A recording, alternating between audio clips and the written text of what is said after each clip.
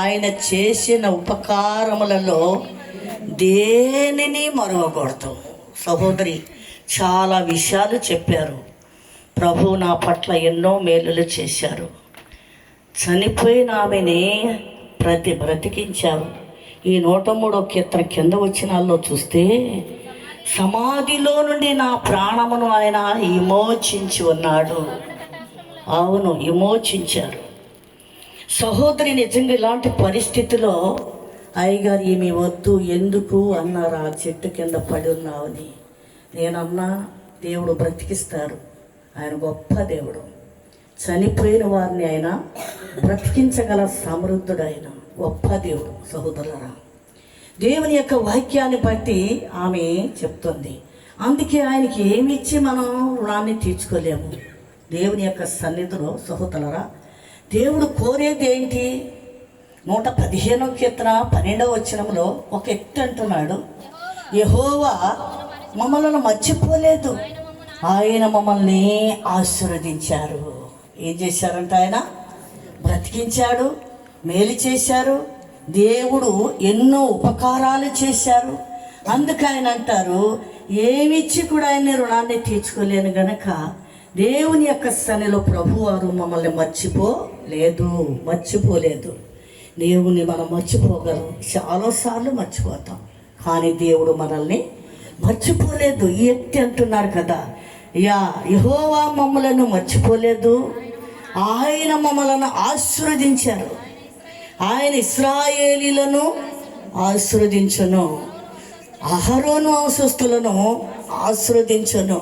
యెహోవా సహాకారి అయి ఉన్నాడు. 9వ వచనంలో అందులో 15:9 అంటారు కదా, ఆయన ఇశ్రాయేలీలారా యెహోవాను నమ్ముకునడి, ఆయన వారికి సహాయము. చూడండి, ఎన్నో సహోదరులారా బాధలున్న విధానాల్లో మనం దేవుని నమ్ముకున్నప్పుడు దేవుడు ఎన్నో కార్యాలు మన పట్ల చేస్తున్నారు. ఇశ్రాయేలీల పట్ల కూడా దేవుడు ఎన్నో మేలులు చేశారు. యెరెమీయా గ్రంథము 29వ అధ్యాయము 12వ వచనంలో ఆయన ఒక మాట అంటారు కదా, దేవుని సన్నిధిలో ఏమని అడుగుతున్నారో చూడండి. మీరు నాకు మొరపెట్టుదురని, మీరు నాకు ప్రార్థన చేయుదురని, నేను మీ మనవి ఆలకింతునని, మీరు నన్ను వెతికిన వెడల ఏ మనసుతో?